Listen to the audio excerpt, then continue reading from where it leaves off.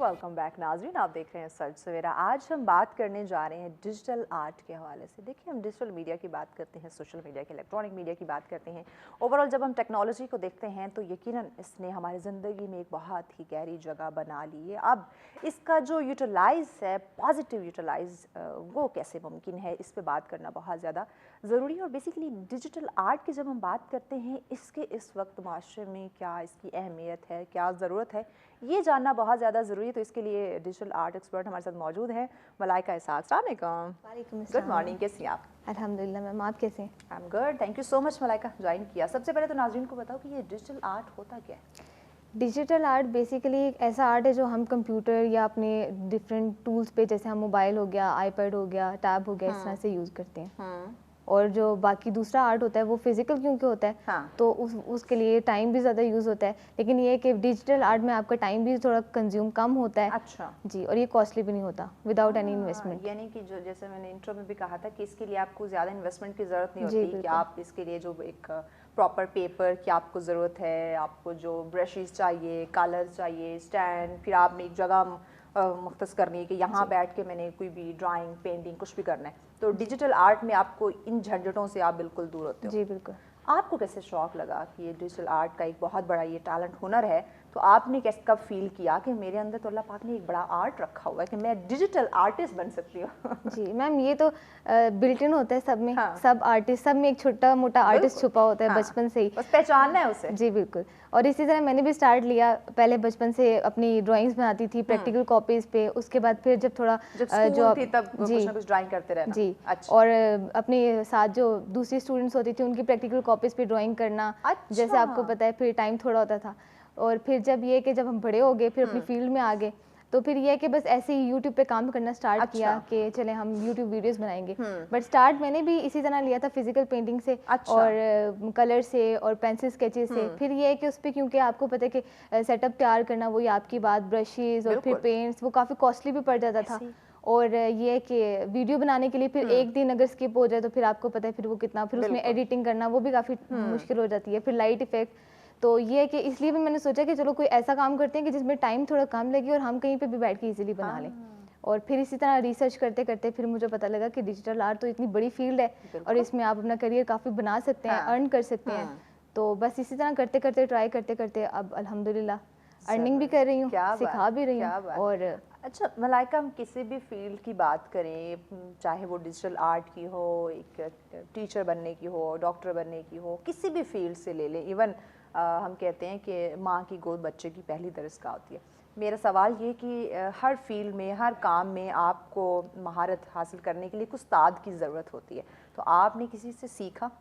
नहीं मैम, मैंने किसी से सीखा नहीं है। बट ये कि जहाँ पर मुझे मुश्किल होती थी वो मैं यूट्यूब से थोड़ा सा ट्रेनिंग ले लेती थी। कोई भी जो, क्योंकि डिजिटल आर्ट अभी हमारे पाकिस्तान में इतना इन नहीं है जितना बाहर की कंट्रीज़ में ज़्यादा इसको किया जाता है अप्रिशिएट।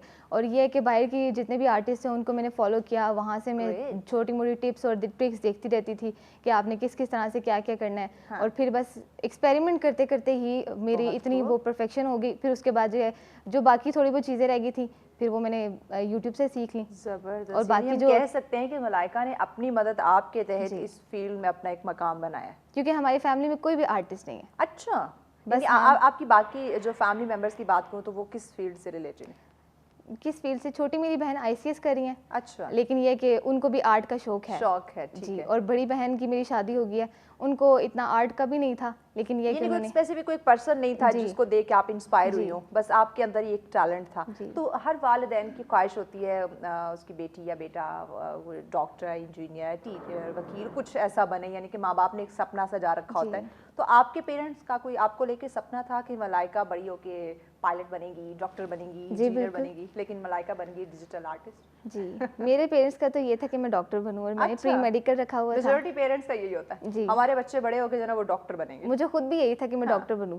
लेकिन ये कि फिर एफएससी में मार्क्स थोड़े कम आ गए, वो अनफॉर्चुनेटली पता नहीं क्या हुआ, हालांकि मेहनत बड़ी की लेकिन उसमें मेरे मार्क्स कम आ गए। तो फिर मैंने सोचा कि चलो मैं आर्मी ज्वाइन कर लेती हूँ। लेकिन उस टाइम आर्मी जब मैंने प्लान बनाया तो उस टाइम एडमिशन नहीं ओपन थे।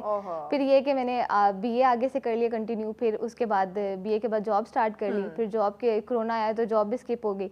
फिर तब से ये घर बैठ के मैंने स्टार्ट किया और तब से अल्हम्दुलिल्लाह अब काफ़ी ग्रो हो चुकी हूँ। कोई ऐसे कोई किसी मुश्किलात का सामना करना पड़ा हो, क्योंकि जब आप ठीक है आप डिजिटल आर्ट की तरफ आ गए, आप में अल्लाह पाक ने एक सलाहियत रखी थी, आपने उसको यूटिलाइज़ किया, अपनी मदद आपकी तरफ बहुत कुछ चीज़ें सीखी, लेकिन अब आपने उसको मार्केट भी करना है, लोगों तक पहुँचानी भी है वो चीज़, सिर्फ ये नहीं कि बना के आपने रख देनी है, तो उसको एडवर्टाइज़ करने के लिए कुछ प्रॉब्लम्स आई? एडवर्टाइज़ करने के लिए पहले तो मैं 3 साल जो है वो करती रही, सिर्फ अपनी स्किल को ना बिल्कुल परफेक्ट करने के लिए उस पे मेहनत करती रही, और मैंने सोचा ही नहीं कि इसमें अर्निंग भी होती है। मतलब बिल्कुल फोकस था, गाइड करने वाला भी नहीं था, बताने कोई गाइड वाला करने वाला नहीं था। अच्छा, मतलब ना डिस्कस भी नहीं किया था? नहीं किसी से, क्योंकि सब कहते थे कि आर्ट है, इसमें क्या तुमने कर लेना है, आर्ट तुम ड्राइंग जब देखो ड्राइंग नई चीज नहीं है जी, किसी के लिए नहीं, क्योंकि लोग आर्ट को समझते हैं कि ये कोई खास वो नहीं है और इससे कोई अर्निंग नहीं हो सकती, और किसी ने कोई अप्रिशिएट भी नहीं किया। हाँ, फैमिली में बाबा करते थे, मेरी मामा करती थी और सिस्टर्स करती थी, बाकी कोई फैमिली में नहीं करता था कि ये आर्ट करती है। उन्हें लगता था कि ये आम सी चीज़ है, आम सी चीज़ है, वेस्ट ऑफ टाइम है, एक एंटरटेनमेंट का जरिया है कि बस फ्री बैठ के आप ये पेंटिंग और ड्राइंग करना शुरू करो। जी, जैसे बच्चों को कह देते हैं कि आप फ्री बैठे हुए तो चलें आप ड्राइंग कर लें, तो वो सबको लगता था मैं फ्री बैठी हूँ तो ये करती हूँ। अच्छा। लेकिन अब जब अर्निंग स्टार्ट हुई तो उसके बाद ये कि मैंने थोड़ा आइडिया लिया, मैं देखती थी इंस्टाग्राम ज़्यादा यूज़ करती हूँ, देखती थी कि काफ़ी डिफरेंट आर्टिस्ट हैं वो स्पॉन्सर करते हैं, फिर वो उसकी इन्फॉर्मेशन लेनी स्टार्ट की, फिर बैंक अकाउंट्स बनाए, फिर सारा कुछ ATM वगैरह ये सब कुछ मैंने फिर ऑनलाइन ही सब कुछ किया, और फिर उसके बाद स्पॉन्सर करना शुरू किया। थोड़ी इन्वेस्टमेंट हुई, लेकिन ये कि जब स्टार्ट हो गया, एक दफ़ा बूस्ट हो गया तो फिर रुका ही नहीं। माशाल्लाह। देखिए, आपने किसी भी फील्ड में आगे जाना है, पहले इन्वेस्टमेंट तो बनती है, बिल्कुल, पहले आप लगाएंगे तो अर्न करेंगे। लेकिन इसमें एक ये चीज़ है कि आपने अगर इन्वेस्ट करना है तो इसमें ये नहीं है आपको लाखों लगाना है, ये बहुत हज़ारों लगाना है।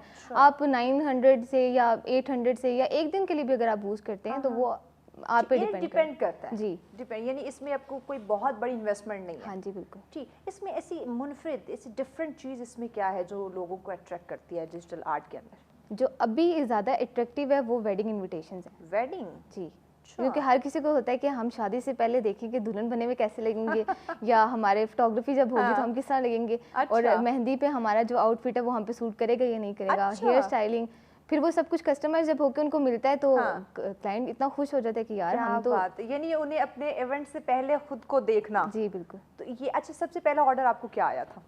मुझे वैसे तो मैंने स्टार्ट जो लिया था वो इलस्ट्रेशन से लिया था, नॉर्मल जो हमारे पोर्ट्रेट बनाते हैं डीपीज वगैरह से, लेकिन माशाल्लाह से दूसरा मेरा जो ऑर्डर आया था वो वेडिंग इनविटेशन से। उसके बाद से फिर पहले क्योंकि मैं पोर्ट्रेट बनाती थी, सिंपल ड्राइंग करती थी, लेकिन उसके बाद जब पहला ऑर्डर आया तो फिर मुझे पता लगा कि वेडिंग इनविटेशन आजकल कितने ट्रेंड पे हैं। फिर उस पर रिसर्च की तो पता लगा कि अब तो यही चीज़ आगे जाई जा रही है। फिर ये है कि उस पर काम करते करते फिर अब मेरा सारा फोकस वेडिंग इनविटेशन पे है। फिर ये कि पहले तो पिक्चर इनविटेशन थे, अब वीडियो इनविटेशन आ गया, वीडियो भी? जी, क्या बात। और उस वीडियो में क्या क्या ऐसा आप ऐड करती है जो कि अट्रैक्टिव लगता है?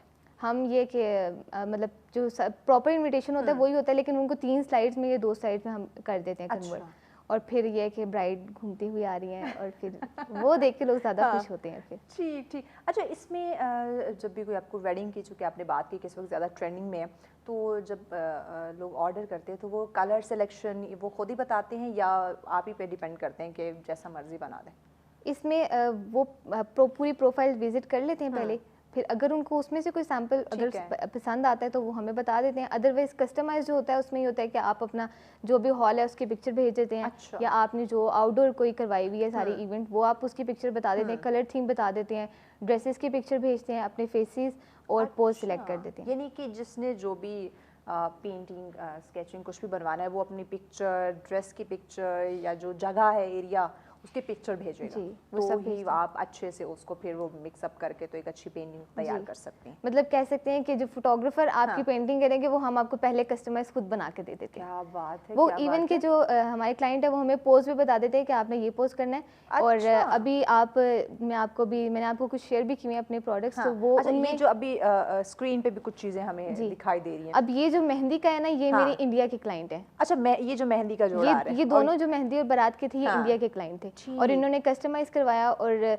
उनको पहले खैर 2-3 पेजेस से काफी नुकसान हुआ। ये वलीमा की लग रही है जी, ये भी उन्हीं का है जो इंडिया के थे, और वो एंगेजमेंट, और ये मैंने सुनंदा शर्मा के लिए बनाया था। क्या बात है, क्या बात। और उस पर उन्होंने रिप्लाई भी किया था और काफ़ी अप्रिशिएट किया था। ज़बरदस्त ज़बरदस्त। अच्छा, हमारे नौजवान क्या डिजिटल आर्ट से वाकफियत रखते हैं कि मार्केट में इसकी बड़ी वैल्यू है और हमें अपना कैरियर इस तरफ लेकर आना चाहिए? I don't think so ma'am कि यहाँ पर पाकिस्तान में इतनी अवेयरनेस है, लड़कियों में है क्योंकि लड़कियां ज़्यादा इंस्टाग्राम से खेलना जानती हाँ हैं, तो कहीं ना कहीं वो दोस्तों से मिल मिला के या पता चल जाता है। हाँ। लेकिन वैसे ऐसे कोई खास लोगों को नॉलेज नहीं है। इवन के क्लाइंट्स भी आते हैं तो वो ये कहते हैं कि पिक्चर ही तो है, इसमें आप इतना चार्ज क्यों कर रही हैं? अच्छा। क्योंकि कस्टमाइज होते हैं, कस्टम बेस्ड होते हैं, उनके चार्जेस ज़्यादा होते हैं। तो क्लाइंट्स आगे कहते हैं एक पिक्चर ही तो है, आप इतने चार्जेस क्यों ले रहे हैं, किस चीज़ के ले रहे हैं? यानी वजह वही कि अभी इतनी अवेयरनेस। जी बिल्कुल। हाँ हाँ हाँ हाँ। कैसे, आप क्या समझते हैं कैसे अवेयरनेस क्रिएट कर सकते हैं? क्योंकि देखिए डिजिटल, जैसे हमने आपकी पिक्चर्स देखी, इतनी खूबसूरत, इतनी यूनिक लग रही है, आपने आके पहले से पता चल जाता है। अगर वेडिंग्स की बात करें तो दूल्हा दुल्हन अपने आप को पहले देख लेते हैं कि वो उस ड्रेस में कैसे लगेंगे। तो ये यकीनन एक बड़ा मुनफरद आर्ट है। तो इसकी अवेयरनेस हम क्रिएट कैसे कर सकते हैं? कैसे लोग, जैसे तमाम तर फील्ड के बारे में हम बताते हैं, पहले से आगाही होती है, हम अपने सोशल मीडिया पे उसके हवाले से कुछ ना कुछ ऐसी रील्स अपलोड करते रहते हैं, तो ये भी एक बहुत बड़ा आर्ट है और एक बहुत बड़ी फील्ड है। तो इसके बारे में कैसे अवेयरनेस क्रिएट की जा सकती है? इसके लिए तो यही हो सकता है कि पाकिस्तान में हम डिफरेंट सेमिनार्स रखें और फिर लाइव सेशंस रखें, जिससे लोगों को जो इसके हवाले से अवेयरनेस हो सकती है कि आप इससे अर्न कैसे कर सकते हैं। क्योंकि पाकिस्तान में ज़्यादातर लोग यही कहते हैं अर्निंग। जी बिल्कुल। क्योंकि हमारे पास स्टूडेंट भी आते हैं ना, तो वो 2 क्लासेस के बाद पूछते हैं मैम हमारी अर्निंग कब होगी, हमें ऑर्डर कब आएगा? अच्छा। इवन कि कुछ आते हैं कि मैम अगर आपके पास ज़्यादा ऑर्डर है तो आप हमें दे दें। ओह। तो ऐसे भी होता है क्योंकि पाकिस्तान की आवाम बस यही है कि मेहनत नहीं करनी, अर्निंग ज़रूर होनी चाहिए। शॉर्टकट। जी बिल्कुल शॉर्ट और इंस्टेंट फौरन उन्हें रिजल्ट चाहिए। यानी कि आज अगर उन्होंने शुरू किया है काम, अगर कुछ कलर्स के साथ या कोई एक दो चीज़ बनानी आ गई है, तो कल से वो चाहते हैं उन्हें अर्निंग शुरू हो जाए। जी बिल्कुल। तो इस माइंडसेट को चेंज नहीं किया जा सकता? बिल्कुल करना चाहिए मैम। मैं तो खुद अपने स्टूडेंट्स को कहती हूँ कि आपको इतने जल्दी नहीं है। इवन कि मैं कुछ स्टूडेंट को देती हूँ। हाँ। मुझे लगता है कि जो मेरे क्लाइंट ख़राब नहीं करेंगे और मेरा टाइम से मुझे अपना अच्छा काम देंगे, तो मैं उनको देती हूँ। इवन कि मैं अपनी छोटी सिस्टर है उनको भी सिखाती हूँ। अब वो भी माशाल्लाह ऑर्डर्स लेती हैं। हाँ हाँ हाँ। तो लेकिन कुछ मेरे स्टूडेंट ऐसे हैं जिनको अभी नहीं आता, लेकिन वो आते सारे कहते हैं मैम हमें ऑर्डर्स भी दे दें, हम भी। एक इन्होंने बात की मलाइका ने, जो क्लाइंट ख़राब नहीं करेंगे। हाँ जी। ये यानी कि ये इशू हर फील्ड में है। जी बिल्कुल। ये सिर्फ हम डिजिटल आर्ट की बात नहीं कर रहे, ओवरऑल हम फील्ड्स में देखें तो ये चीज़ है कि हम अपने जो कॉन्टेक्ट्स हैं, जो रेफरेंसेस हैं, वो बहुत कम देते हैं, या ऐसे लोगों को जो हम कहते हैं कि कहीं ना ये कॉन्टैक्ट ख़राब ना कर दे, बंदा ख़राब ना हो जाए, हमारे ये क्लाइंट ख़राब ना हो जाए। तो ये यानी कि इशू हर फील्ड में पाया जा रहा है। मज़ीद भी हम नाज़मीन मलाइका से जानते हैं, यकीनन डिजिटल आर्ट की बात करें, एक इंटरेस्टिंग फील्ड है और आपका इसमें आप अपना कैरियर बना सकते हैं, लेकिन अवेयरनेस का होना ज़रूरी है। कुछ मज़ीद में इंटरेस्टिंग चीज़ें जानने के लिए इस ब्रेक के बाद साथ रहिएगा।